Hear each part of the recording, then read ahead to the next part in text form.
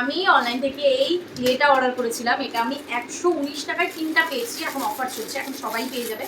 তো এই দেখো কালারফুল ক্লে, আমি খাগড়া মেলা থেকে নিতে পারিনি, তখন 100 টাকার একটা যাচ্ছিল। তো আমি এটা অনেক ভালো গ্রেট ডিলসে পেয়েছি, তাই আমি নিয়ে নিয়েছি। আর এটা দিয়ে আজকে আমি ভাবছি, ভেবেছিলাম আমি ঠাকুর অন্য অন্য জিনিস বানাবো, বাট ঠাকুর বানানোর সেটা জায়গা মতো রাখতে হবে, কোথায় হাতে পড়বে পায়ে পড়বে। তো আমি এখন ঠাকুরটা বানাচ্ছি না, কারণ আমার রাখার সেরকম জায়গা নেই। আমি ভাবছি এখন আমার ফার্স্ট ফেভারিট কার্টুন ক্যারেক্টার বানাবো, সেটা হচ্ছে সিনচ্যান। তো আমার সব থেকে পছন্দ, জানি না আমি কতটা কি বানাতে পারবো, কিন্তু বানাবো। আর এটার কিসের উপরে বানাবো, আমি এই প্লেটটা নিয়েছি, এটা হচ্ছে ওজন মাপার প্লেট, যেটা কাচের। তো এটার উপরে আমার মনে হয় ভালো হবে।